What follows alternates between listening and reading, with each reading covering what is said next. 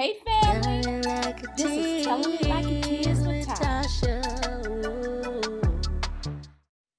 So my family and I just got back from a wonderful vacation in Hawaii, on the Big Island in Hawaii, and it was a spectacular time. One of the most amazing things we did was we actually went to see this volcano, the Kilauea volcano in Hawaii, and it's actually one of the most active volcanoes in Hawaii. And so we decided to hike this volcano. Now I'm thinking, we're going on a little 1 mile hike, but no, see, this volcano is 4,000 feet above sea level, actually more than 4,000 feet above sea level. And so you first have to drive all the way up in the mountains to get to the volcano. And then we began this trek down into the crater of the volcano. Yes, we hiked down several thousand feet into the crater of the volcano. And then in order to get out, you gotta go up.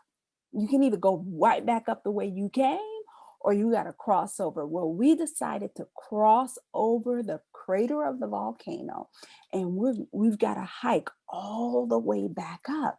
Now, listen, this isn't just like a stroll through a park. We are literally in the mountains. So this is very rough terrain that we're going through. And somebody like me who has never been hiking, I've been on some long walks in a neighborhood, in a local park, but listen, I have never been hiking up into the mountains. So you have to understand, this was a very challenging experience to me. And what was originally supposed to be a 1 mile hike, at least that's what my family told me, turned out to be almost a 7 mile hike that, because of the rain, took us a few hours. So we're in this mountain. And I'm going to tell y'all the truth. At one point, I wanted to call it quits, right? We're going up into this mountain. And I swear at one point we got lost, even though my family member who was our guide swears we didn't. But at one point, I wanted to quit. And I was like, y'all gonna have to life flight a helicopter up in here and come get you, girl, because I'm about to sit right here on this rock. But I kept going, and my husband was along on this journey with me. And one of the things he kept saying to me was, Tasha, just focus on your next step. I kept saying, how much further do we have to go? And he's like, don't worry about that. Just focus on your next step. And really, that is the truth of it. And I believe that that is what God is trying to say to us as we navigate the issues of our life. See, oftentimes we want all the details. We want to know what's next. We want to be able to map out our entire future and know every step of the plan. But I'm going to tell you the truth. Had they told me this was going to be a 7 mile journey, I would have said, I'll meet y'all back at the car, because I'm not doing it, because I would have never thought that I would have been able to do it.